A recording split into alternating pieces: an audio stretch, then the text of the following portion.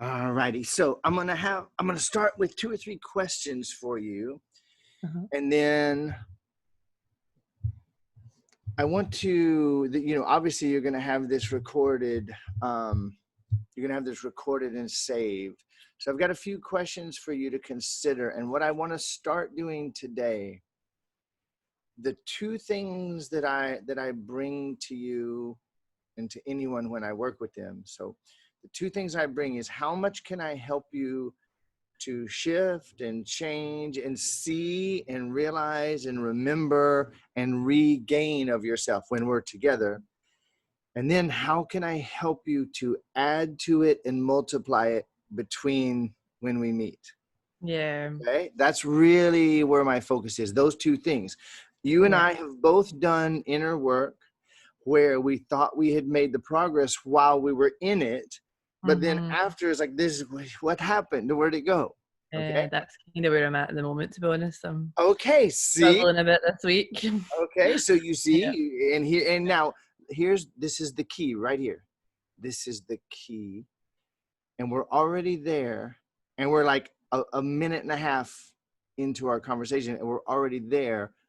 You don't fully consciously realize it yet. So what I'm gonna do, this technique that I'm about to do with you, that I am doing with you, I want you to get it and master exactly what I'm doing. Because you can do it for yourself day and night, and it will change everything. Okay.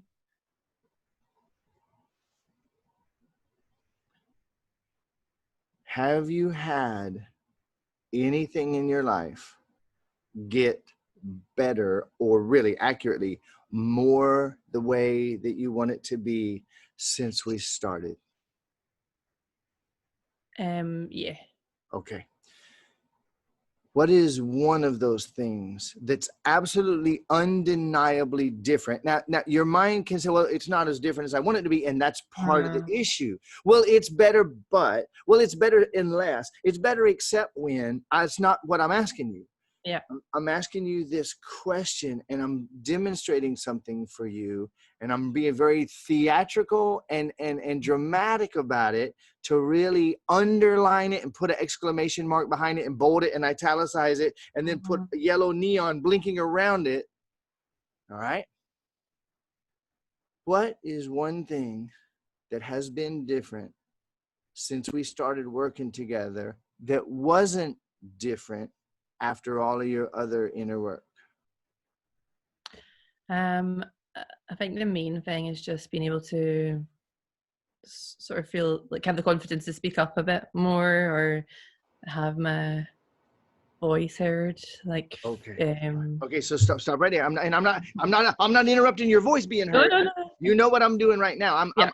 We are planting the plant that will give your soul shade for the rest of your life. Yeah.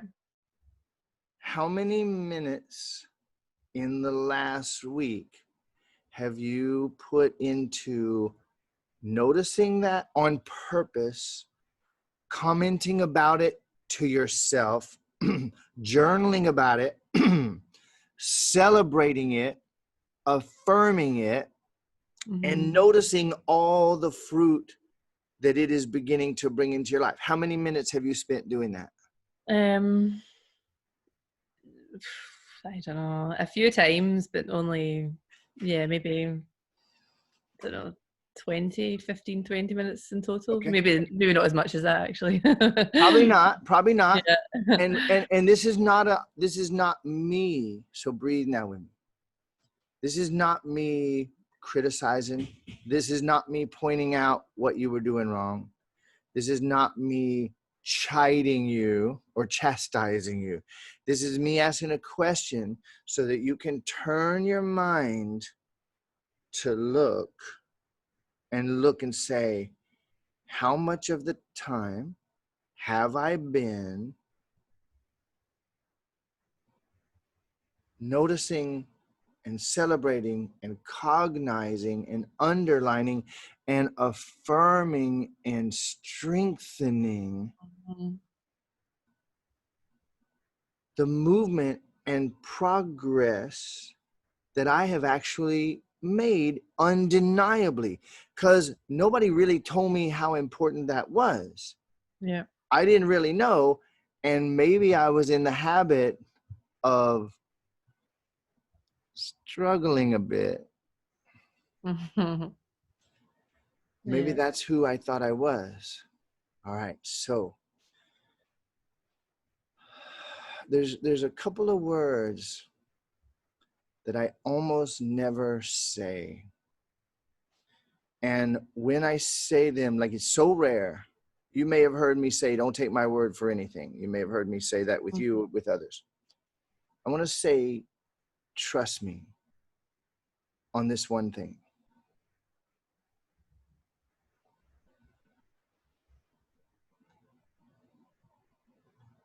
A, you've come further than you know. B, you've been in a habit of celebrating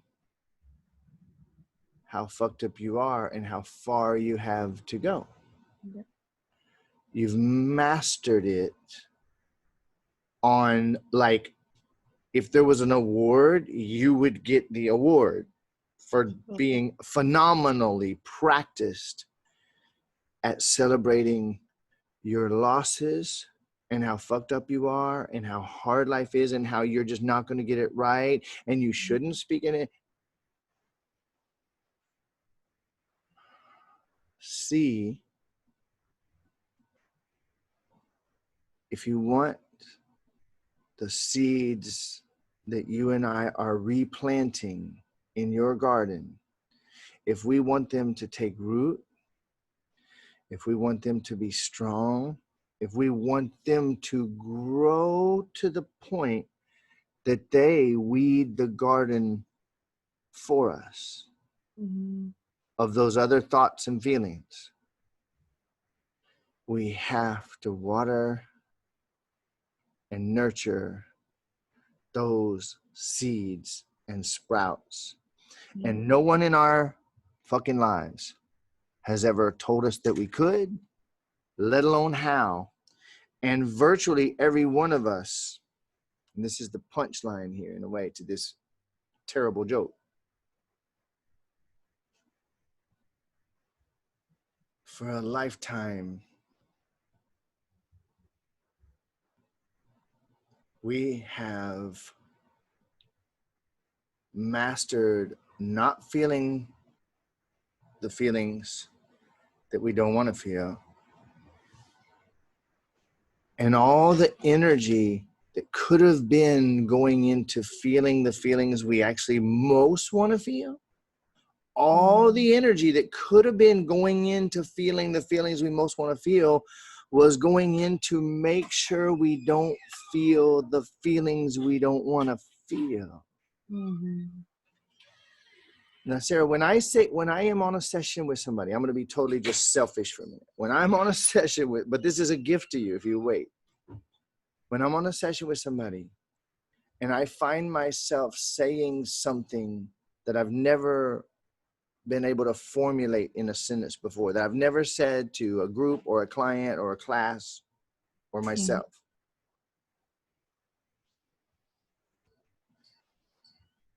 When I find myself summarizing 30 or 40 or 50 things as incredibly magically and powerfully as I just did. And you're like, I guess this is what he does. Is I've never said before what I just said. Now, I've been doing this and getting around this point as best I could with everybody. But this came through for you in this simple, clear, and unfucking believably powerful way. I don't know yet if you've allowed yourself to breathe deep enough in this last few minutes to fully get the self-evident, undeniable, and profoundly far-reaching truth that just came through to you.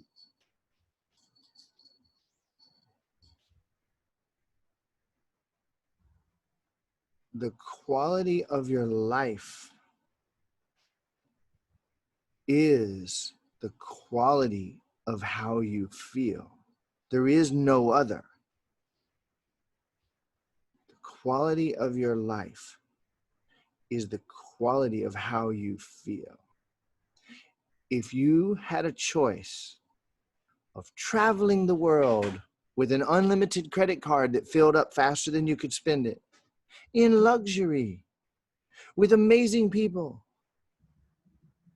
buying and selling and giving anything you want, seeing all the places you ever wanted to see from the most advantageous viewpoint. If you could live your whole life doing that while you were deathly sick and nauseous and exhausted and utterly lonely and despairing, or you could live your entire lifetime in a dark cave filled with joy and health, overflowing love, which would you choose? Second. Everybody would. But we never thought that question once in our lives, ever. And if there was an example that proves beyond the shadow of a doubt the quality of your life is the quality of how you feel. Undeniable, inarguable. It's inarguable.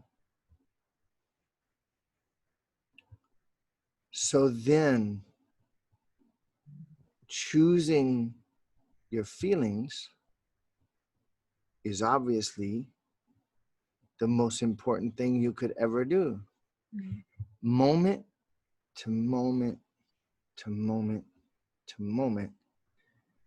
And I don't know about you, but from where I sit, struggling a bit doesn't factor into one of the choices.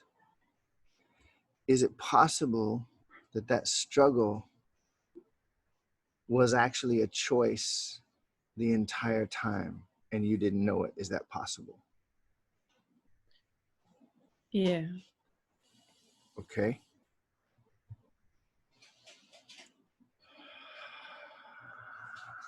I have another question for you, and this is going to be one of the weirdest questions I have ever asked in my life.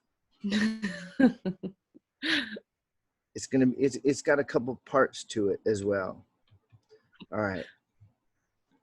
I absolutely know beyond the shadow of a doubt that what I feel to do with you today,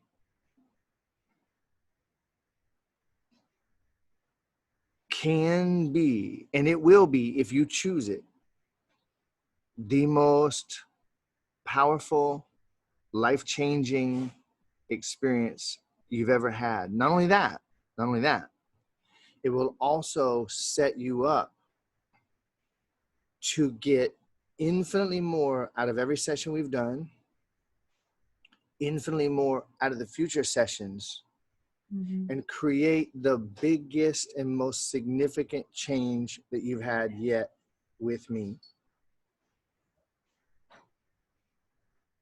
That's point one of this question.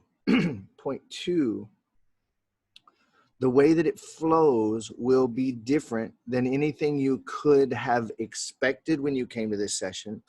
It'll be different than probably what you might have come to the session wanting to do or wanting to talk about. But just remember, you were the one struggling, not me. And number three,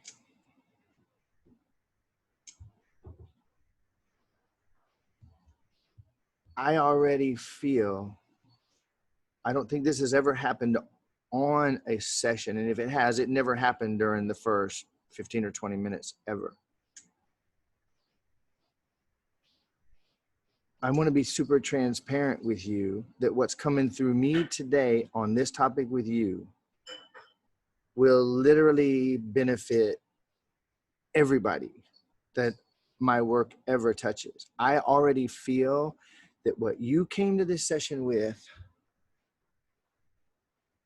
and what I came to this specific session August 5th at 9:30 in the morning, 2020, this moment, with everything that's happening in the world. Your situation, your question, if you know what I mean, is bringing something through me that's purer and simpler, more concise, and more complete, because it's the summary of every session I've ever done, of one of my biggest questions, which I told you at the start. How do I help this person get the absolute most that I can possibly help them get on this session? And how do I help them the most so that they'll be able to get infinitely more out of this session, in between sessions, and every other session? This is really answering question 2. It's going to have profound impacts on question 1 too. I would like to have your permission, if you feel to share this session publicly, and at your discretion, I will edit you completely out of it, change your, your video, change your voice. No one could ever possibly know who you are if you want. And this is your session and you paid for this. So I don't even presume that you'll be okay with me sharing it. I want you to feel, and if you feel a yes, please don't do it as much for me as you do it for the gift that it'll be to you and to everybody else that could ever see this. Option 1, I edit you completely out, change your voice. No one can see you, change your voice, and it goes out. Option number 2, you say, I got nothing to hide on this, share it. And you don't have, you can answer, you don't have to answer now. My primary question is, you did come to this session and you hired me and you're on this session here. Do you want right now to talk to me about what you came to this session with, or are you feeling that what I'm saying is what you came to this session for? Yeah, the latter, I think. Okay, beautiful. And you're not doing that to be polite or no, not at all. Okay, this is for you. This is for you. All right.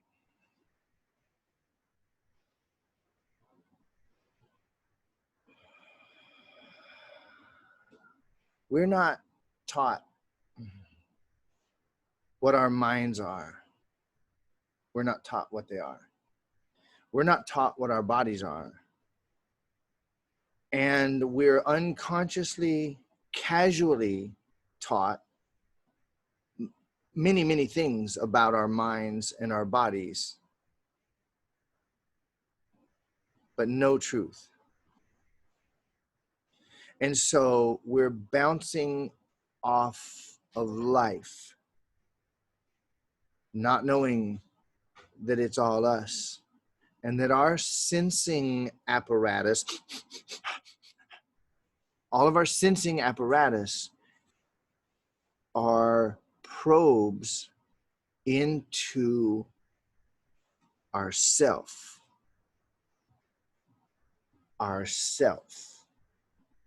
which is all that's here.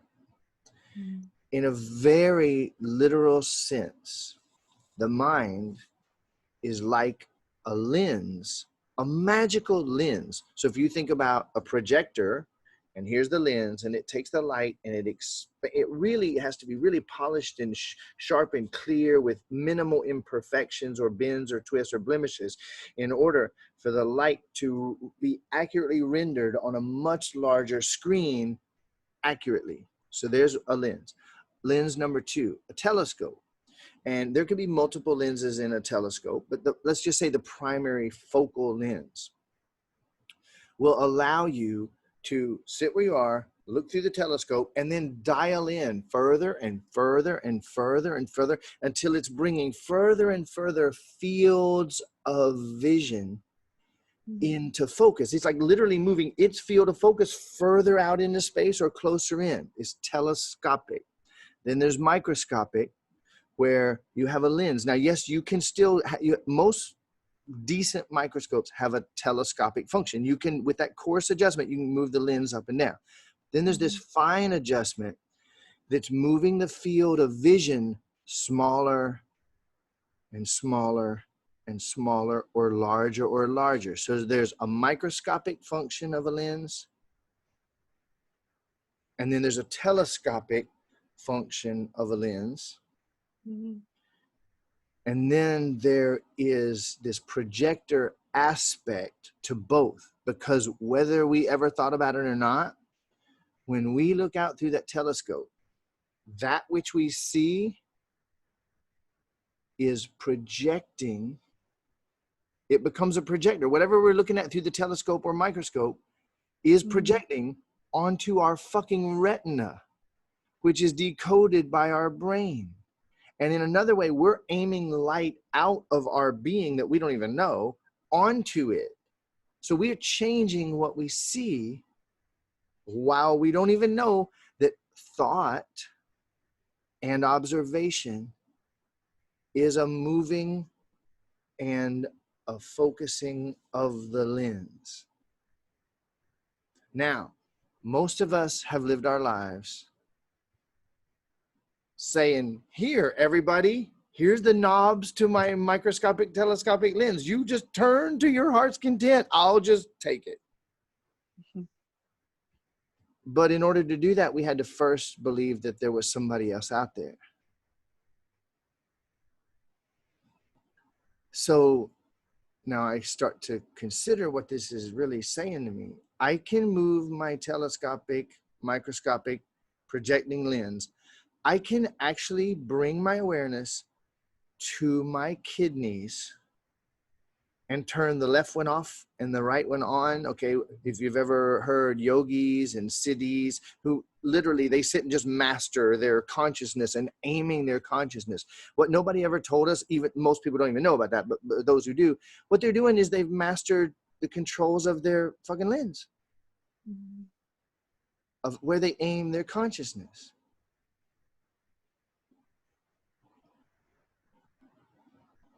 Imagine for just a moment now a fire hose, and it's a super high pressure fire hose, and there's a fire.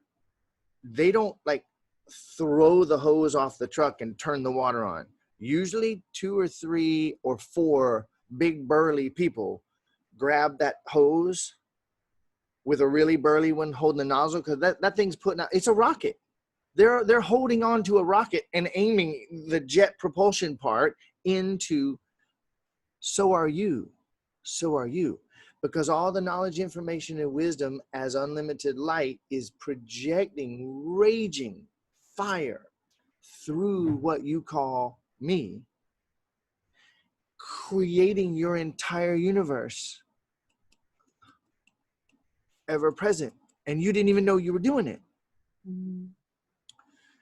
So all the knowledge, information, and wisdom that creates infinite universes, infinite creative power, and infinite creative information projects out of eternity, where there's no change and nothing happening, into the illusion of time and space. The first thing that it makes is time and space. And then it makes all the seeming things in it. But all those seeming things are like, and I'm putting a whole bunch of metaphors together. So just breathe and be curious. Every time you watch this, you're going to get so much more if you let yourself.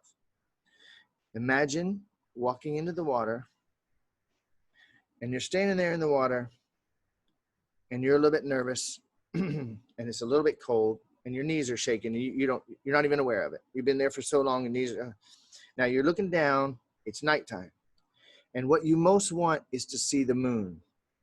I don't know why. None of my damn business. You're just weird, and you want to see the fucking moon. You're looking down to see the moon, but your neck hurts, and you can't look up to see the moon. So you're looking at the water to see the moon, but instead you see now the moon is full right up above you, but the water, you look at it and it looks like 100 million little fragments of light dancing and moving around. You can't see the moon to save your damn life. It's 1 billion little fragments of the moon on the little ripples of the water, ever moving, ever moving.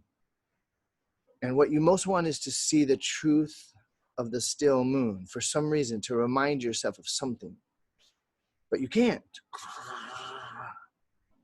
And then you go, oh, wait a minute. The water's churning because of me. Let me stop.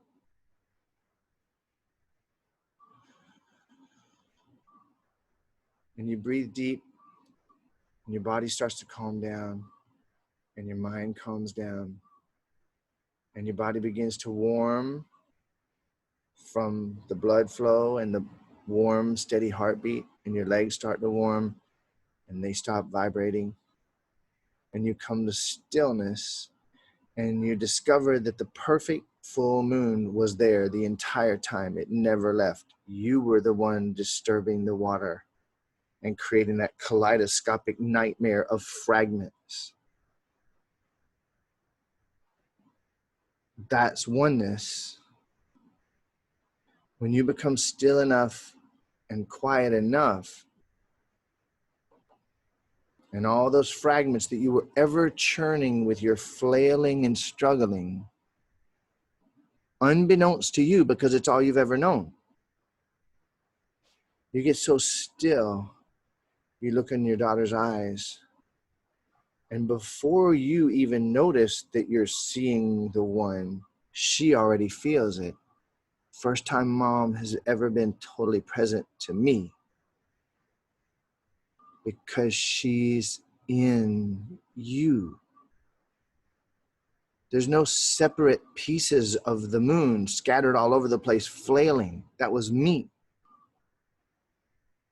That girl is me. That mountain is me. What lies under the illusion of what I see on the surface with my microscope and telescope projecting, what is it projecting? I am.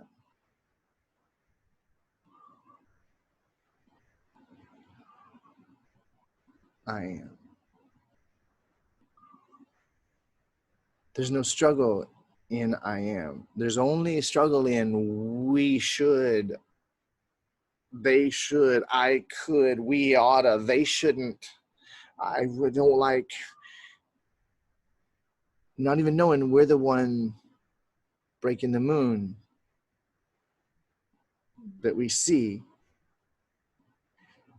And without even knowing it, we're trying to aim our telescope and microscope on the pieces that are moving the whole time. And we wonder why we're going fucking crazy, frantic, losing our shit out of control, screaming at our kids, unhappy, desperately dying while we're washing the dishes over nothing but our misperception. Misperception. So then everything that doesn't reveal the perfect bliss that I am is misperception. In other words, my lens is out of focus. Period. No more complicated, no more, yeah, but what about, I mean, try it. Try to find an exception if you must. So, the quality of our life I offer is undeniably the quality of how we feel. Hence, living in the cave, eating bugs, and licking the drops of water that soak through the rocks in bliss. And many have done it for a lifetime. That's what they chose. Until they realize they don't need to eat.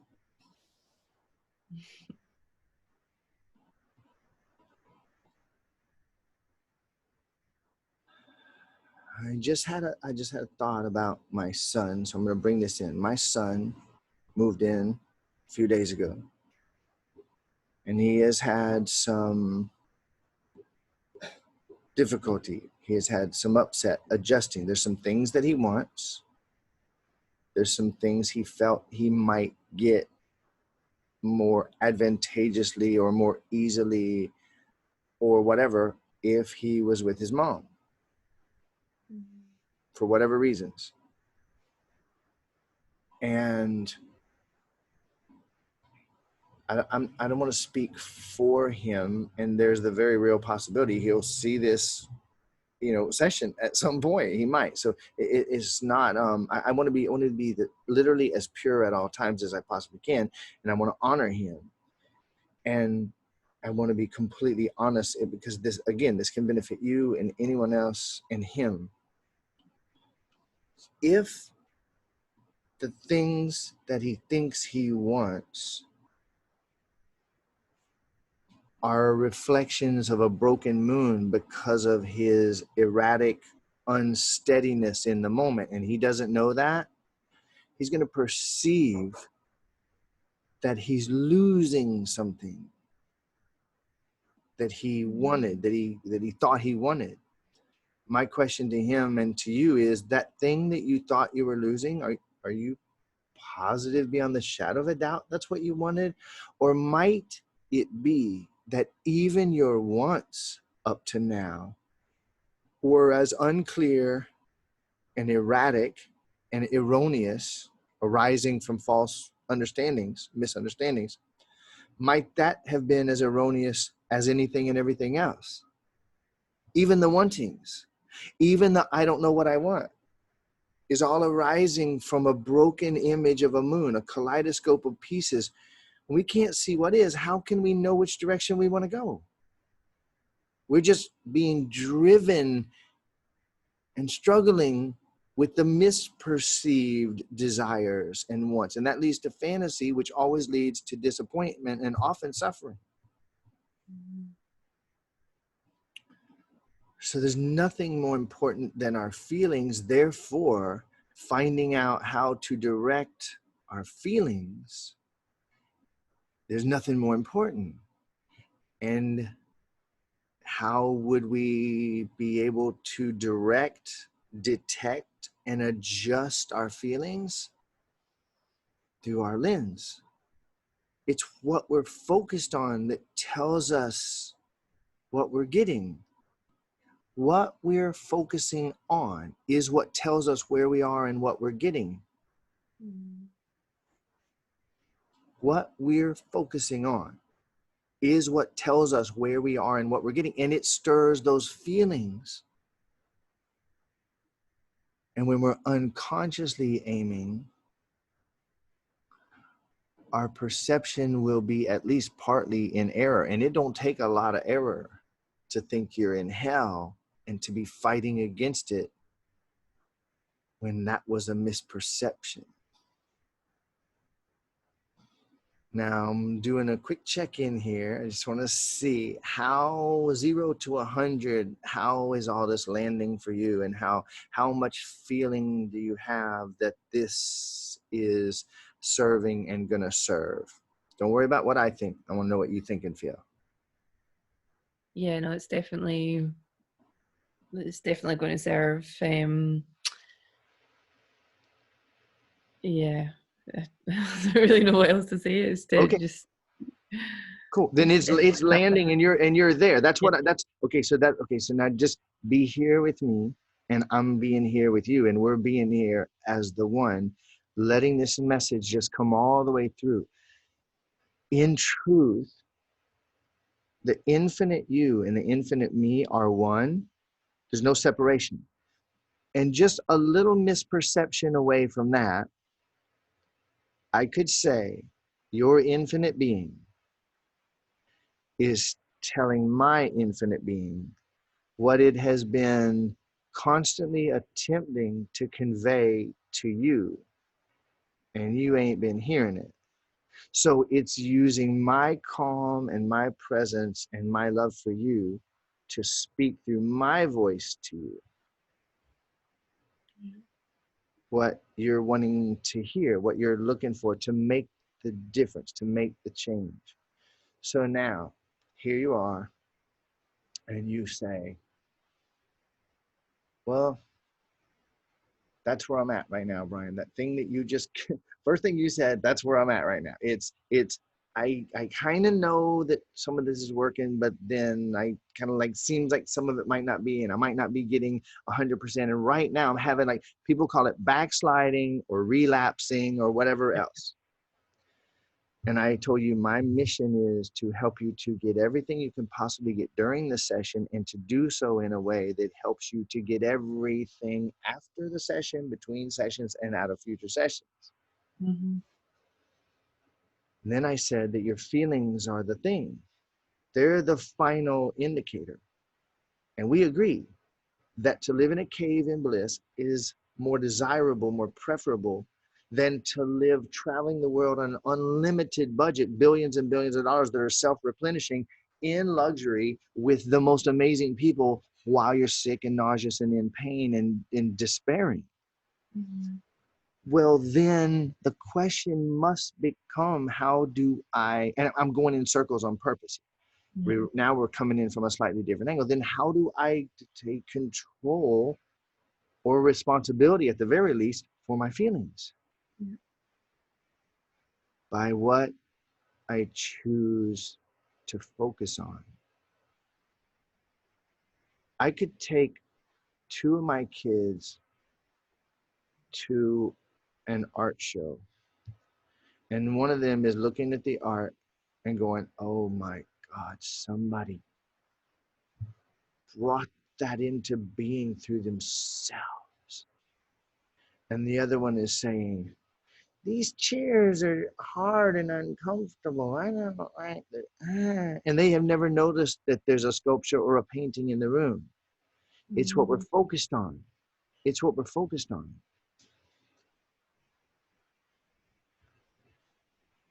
If you were to think, how much of my life have I chosen, and how much in the last week since our last session, how much have I chosen to focus on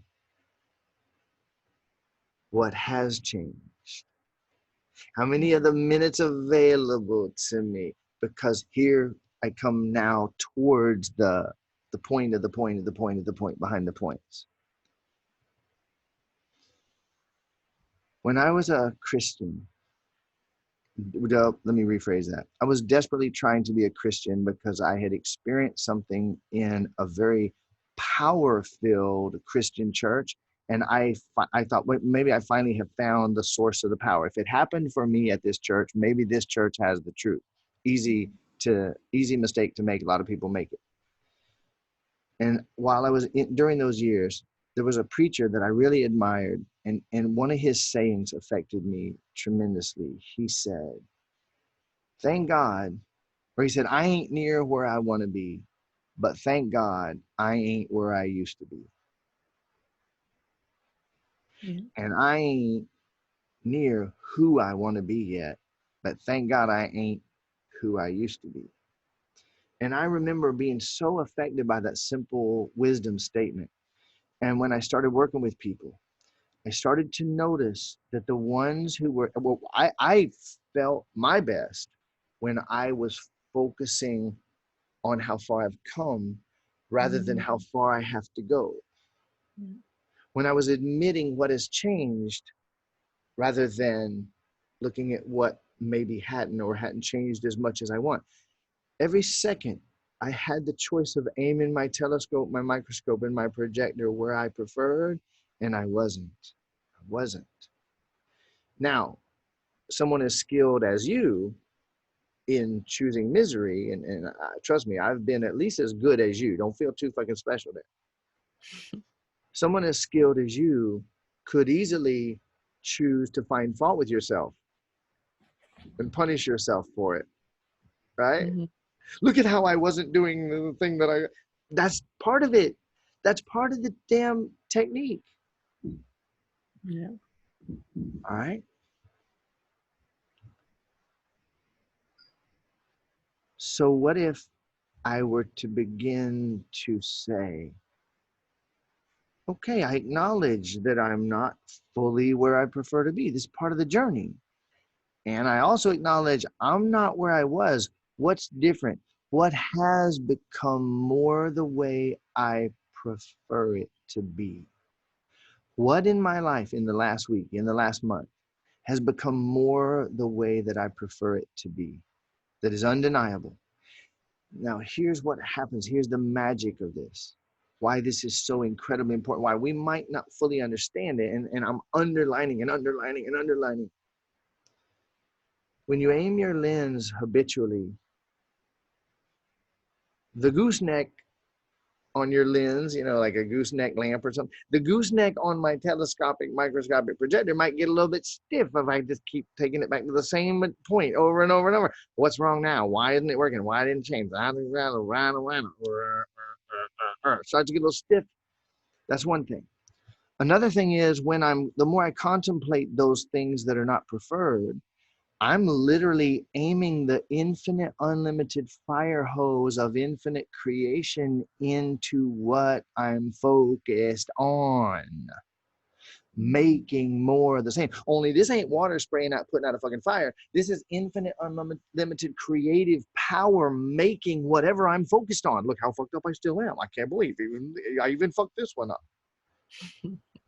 Oh my God. Yep. So the simple question, what has changed and become more the way I prefer it? What's the evidence that I have of that? And how would I prefer for that to continue? I ain't been aiming my projector, telescope, microscope there very much.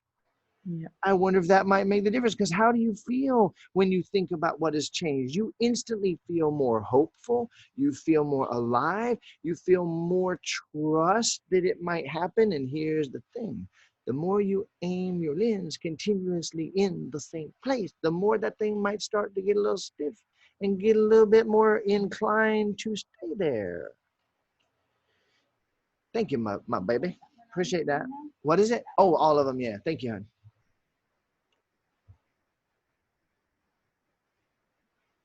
And then every second that your mind is directed, the lens of your mind is directed at what has changed, what is the undeniable evidence, what's working now, what is more preferred than it was, without even knowing it. You're lovingly tricking, but not really, manipulating, but not really, your mind into noticing that things are changing when you had trained your mind forever to believe these things will never change. So your mind, knowing these things that suck will never change, is going to endlessly keep making things so that they never change. And it's going to hide evidence from you. Your mind will hide evidence from you that it has fucking changed until you say, no, mind, I'm sorry. You're right. I was using you for this. And now, mind, come here. Now, this is something that I got from my mentor. The mind is a lot like a 3-year-old, and the ego is a lot like a 2-year-old. Very similar. Don't worry about understanding it.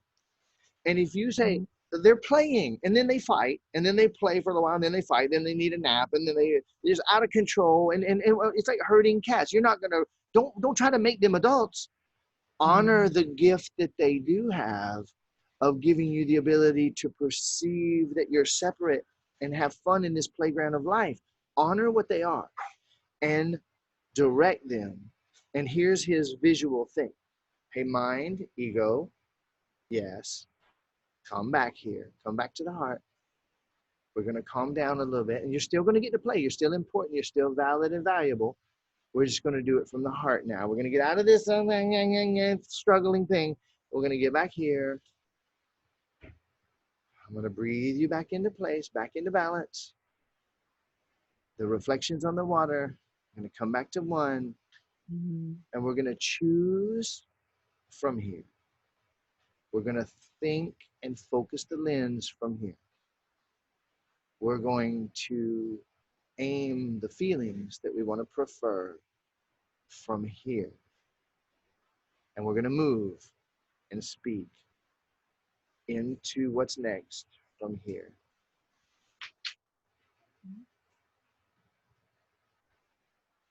Now, can you do that? Yes. You can. And can you train yourself to where that becomes your new natural, like your second nature? Yes. Oh, I'll try. Yes, I will. There is no trying. You No. listen, you'll do it sometimes more effectively than others. You'll Yeah. remember it sometimes more effectively than others. But here's the really best part. Now watch this. You can literally set a reminder sound, insight timer, some of these other apps, meditation timer, where a bell or a chime or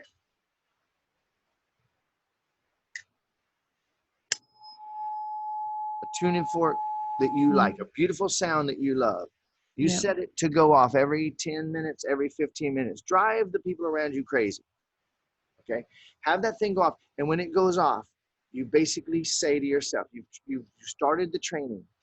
Check your presence and your posture, and then move into the next moment breathing. Mm-hmm. It's that simple. It's that simple. Because if you had any idea how many reminders you have set in your body, your thoughts, your world, associations you've made with the couch sofa thing that you're sitting on, that this reminds me of that, reminds me of that, it makes me think of this.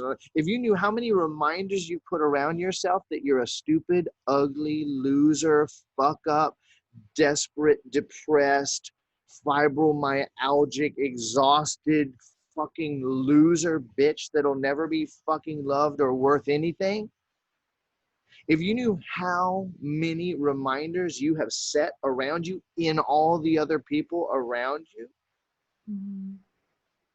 to remind you of this nightmare, you would take seriously the opportunity to set more reminders, literal and figurative, of your perfection, and that all of that was a misperception, so that you have reminders that bring about the feeling, which is the most important thing, that you prefer. Now, along the way, episodes will occur to bring up the feelings that you don't prefer. And that's where it's critical that you remind yourself, in this moment, my lens is aiming on something that's bringing this feeling up. My target is to get back to joy, but I don't want to escape from this feeling. I want to be present to it, because that feeling is the 1 or 2 or 3 or 5 or 7-year-old me frozen in that emotion that they weren't present to, and I didn't know I could be present to, and it's coming up to be met with presence and love one time. Oh, sweetie, you're feeling sad? Come here. I understand. I love you so much. I understand why you feel that way. Now, what you're thinking might be a misperception, but we can handle that later, because your feelings really matter, sweetie. Come here. Yeah, you're feeling sad. Let me just be here with you, fully present and breathing. I'm going to be holding the moon in its fullness while I sit with your feeling of sadness. I'm going to be so present to you until you and I both feel that sadness dissolve to zero, back into infinite possibilities. Always possible, no longer stuck, switched on, and buried in my unconscious, waiting for the next trigger to arise again, and me push you down and tell myself I'm struggling.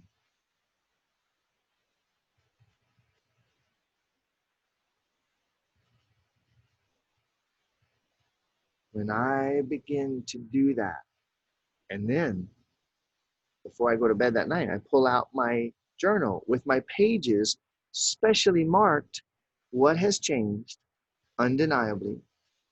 How do I know it's changed? What am I seeing in my world that tells me it's changed? And what do I feel when I contemplate that?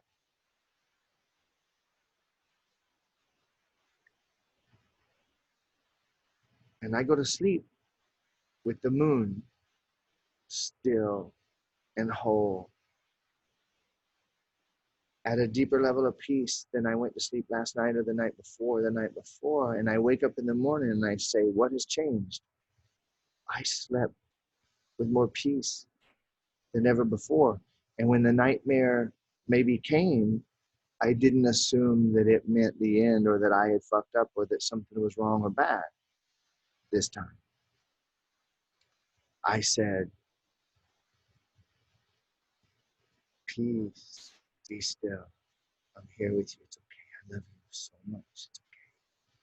Yeah, I know. Those things are happening. And your feelings are real and they're valid and I care. And I'm just going to sit in peace with you, little one.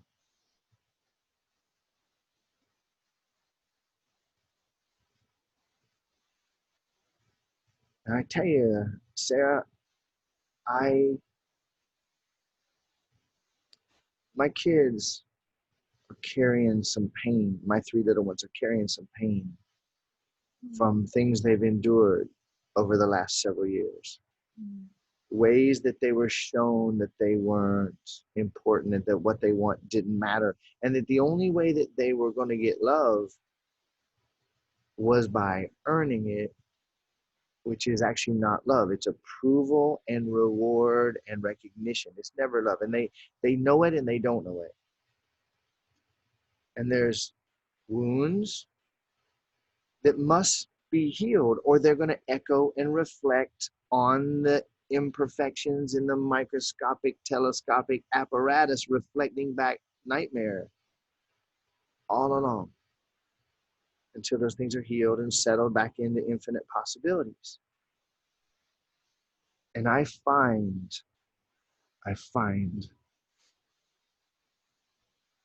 that when I take that minute every day or two and I go sit with them and I look in their eyes and I say, hey, I just want to talk to you for a minute. I want to tell you I love you so much.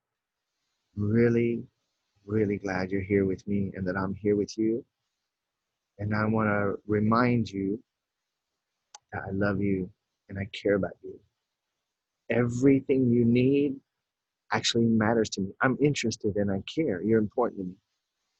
Everything you want matters to me. Even the things that you think you want, that you think dad wouldn't like this, dad wouldn't approve of this, dad wouldn't want to hear that I want this. Actually, I do, because I want a chance to show you that I actually accept all of you. You may want something that I have a feeling or a knowing or even an opinion that's in error. I might be like, I wish they didn't want that. I don't want them to want that because I don't think that's best for them. Like if you wanted to stuff knives in your eyeballs, into your brain, I would not be for that. But I would welcome hearing about it, because if I hear about it and I get a chance to understand you, you get a chance to be understood, even the things you thought you needed to hide. And you start to see, I don't need to hide from my father like religion told a lot of people that we do. We felt guilt and secretive. I'm accepted, fully and seen and accepted in the sunlight of my Father's love for me. And there's a few more things I say in line of that. Like, I welcome all of you. I'm here. You can't ever say or do anything that'll change my love for you. I tell them these things that I've never personally seen a father ever say to their kids. No one ever said it to me. Mm-hmm.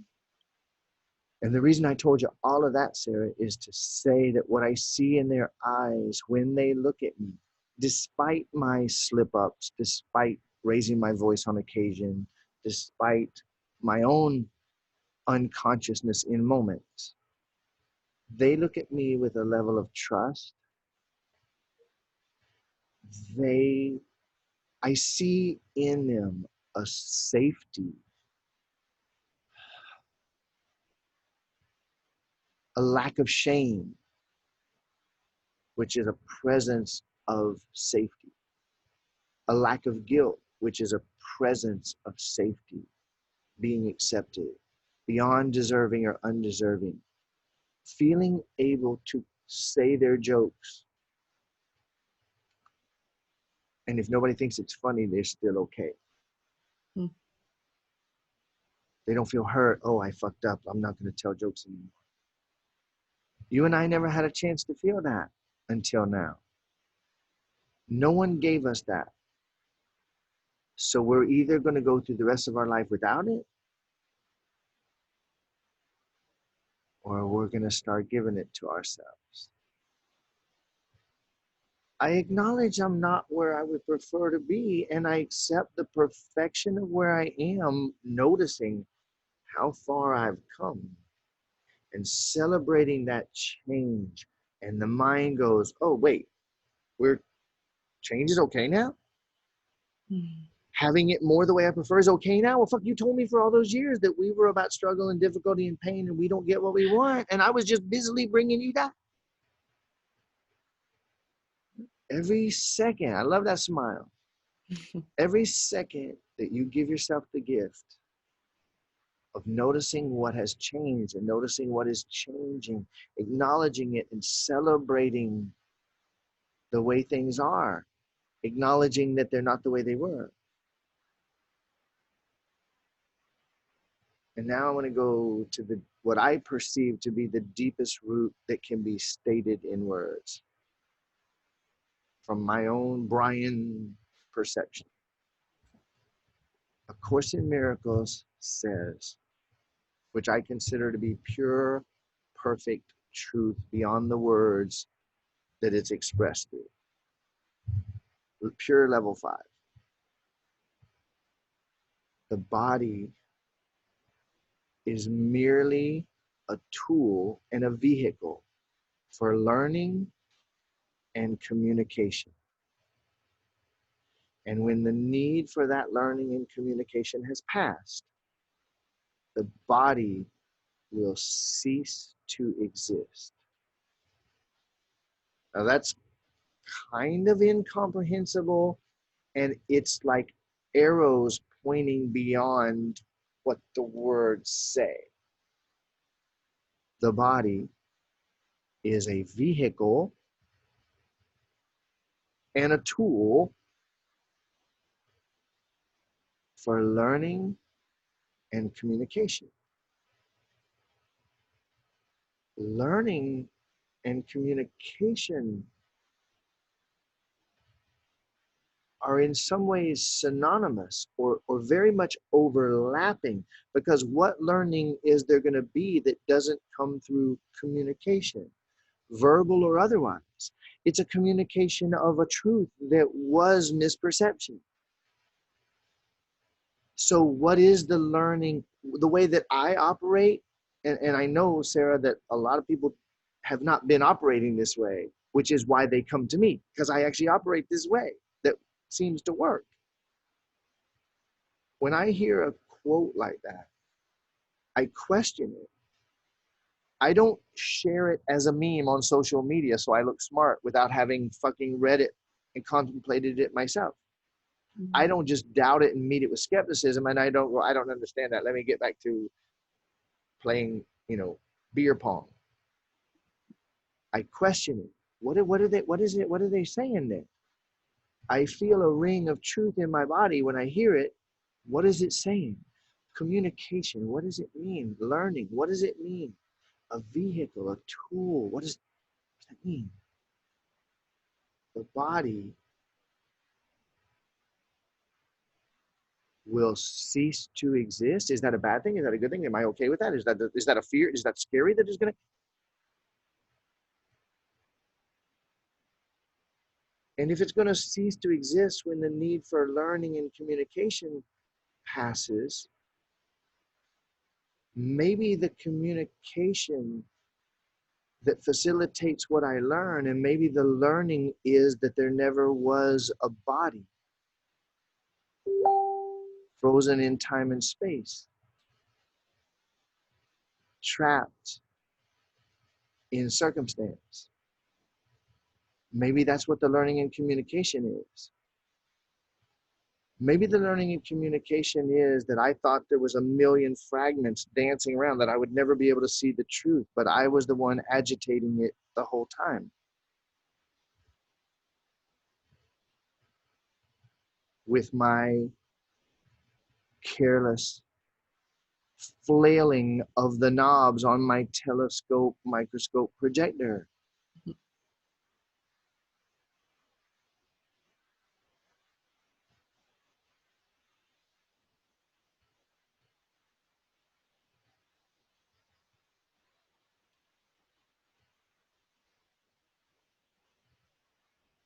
maybe those horrible, nightmarish feelings were what arises when I think those thoughts.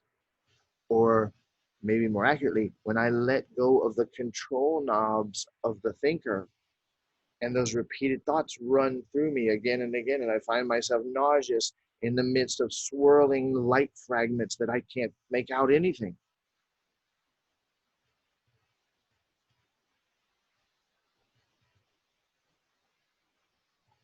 How simple could it be? I met you, started this session with my curiosity being about what has changed for you, so that you can notice what has changed. Otherwise, you will be struggling with what was, as your mind takes you back again and again and again to the misperception that it knows to be sucky but safe.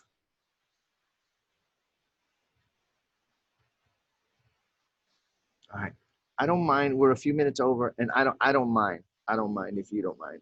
I'm gonna give myself a minute of breath and silence to see if there's a summary or if there's a fine tuning that wants to come to me. And I also want to hear if this answers your question for now, or if there's more that you want to bring up. So let's just breathe for a minute.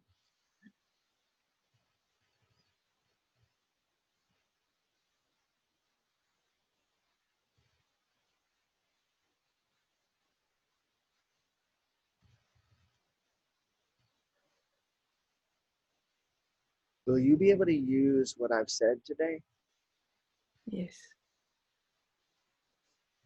If you find yourself realizing in a moment, oh, I wasn't using what he just said, will you be able to give yourself a hug and say, of course I wasn't. After what I went through, of course I'm going to have some moments of lapsing into the past.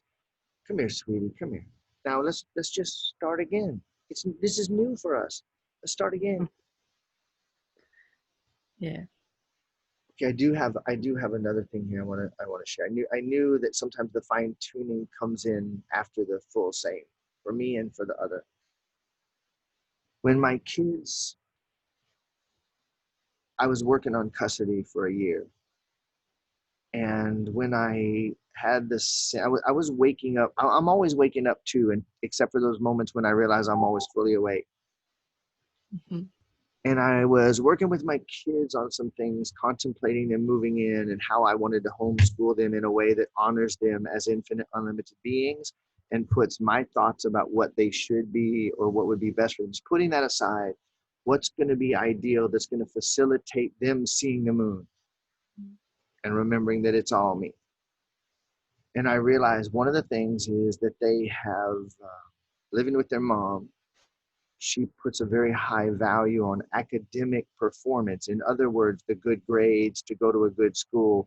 So frankly, she can feel like and look like a good mom. I don't have any thought or concern about looking like a good dad. I want to be the most loving father that I can be, that serves them being and becoming what they infinitely are at the highest level, knowing that their feelings are ultimately what matters most. She doesn't value feelings very much. She hasn't up until this moment.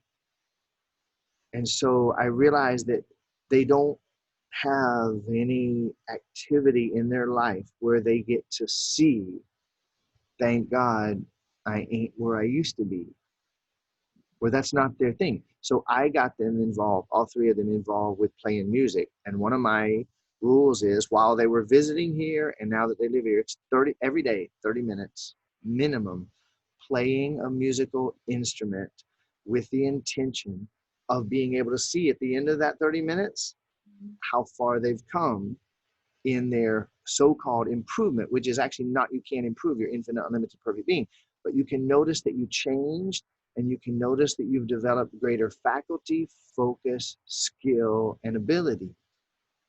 All right, so that I trust that you see that I'm literally talking right now about the exact same thing that I've been talking about for the last hour. All right, it's undeniable. Wow, look, Okay, I would like to be able to go, but I'm not there yet. But right now I can do better than I could yesterday.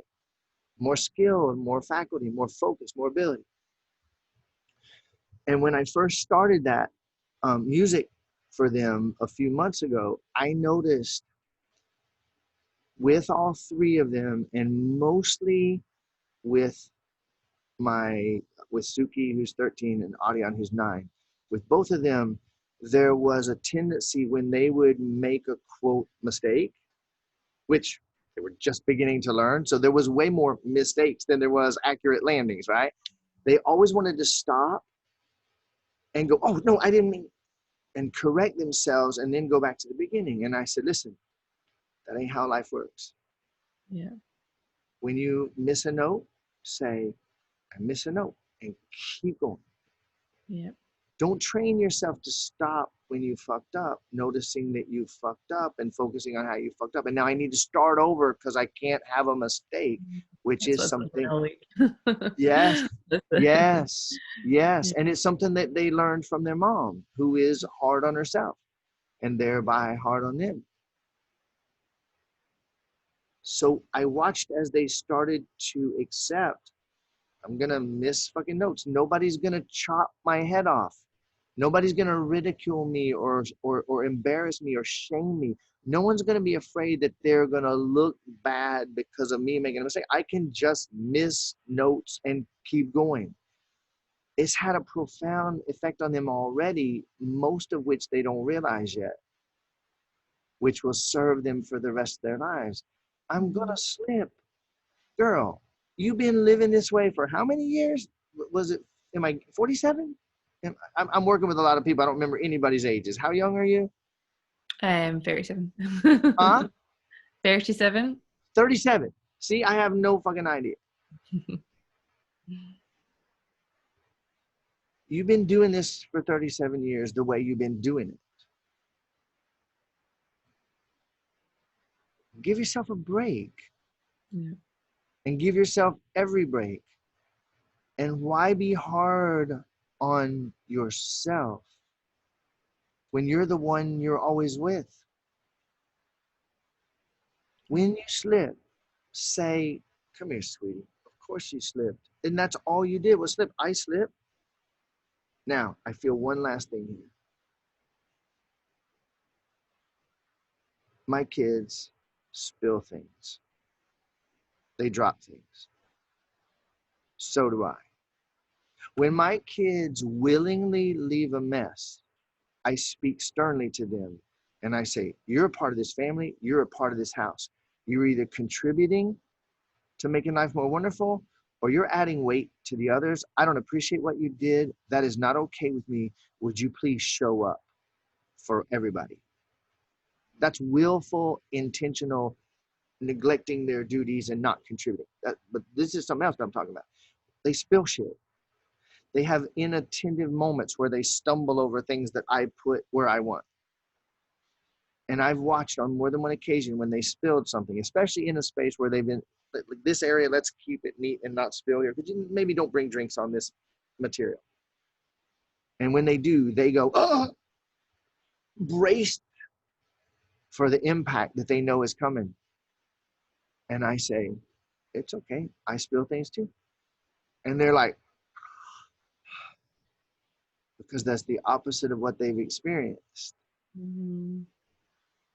Why does there have to be a punishment or a ridicule or a shaming or a, and honey, they ain't even doing it anymore and you still been doing it to continue that feeling. What if you forgave yourself for that too? Yeah. Last piece is, I want to reiterate what I see in their eyes when they look at me. No matter what else might be going on, misunderstanding or something from yesterday that we got a little bit of a glitch to talk through, there's trust. This man cares about me, cares about my needs. He actively seeks to know about my needs, and he actively seeks to know about my wants and he accepts them and communicates about them with respect to me. Sarah, that means they're learning to give that gift to themselves and others that you and I never had. No one ever gave us. I started giving it to myself, and I found the ability to give it to everybody else. You can join me if you choose.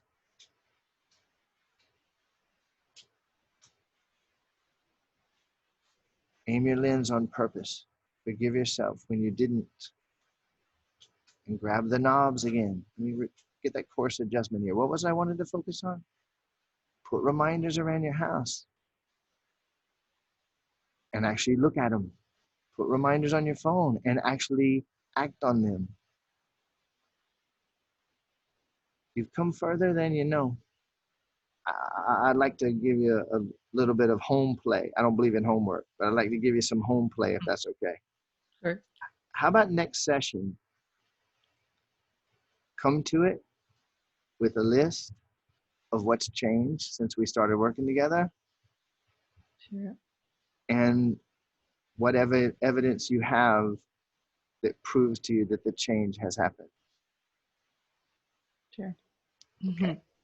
So you got anything? I mean, I just completely took the whole space No, it's on good. purpose. Yeah.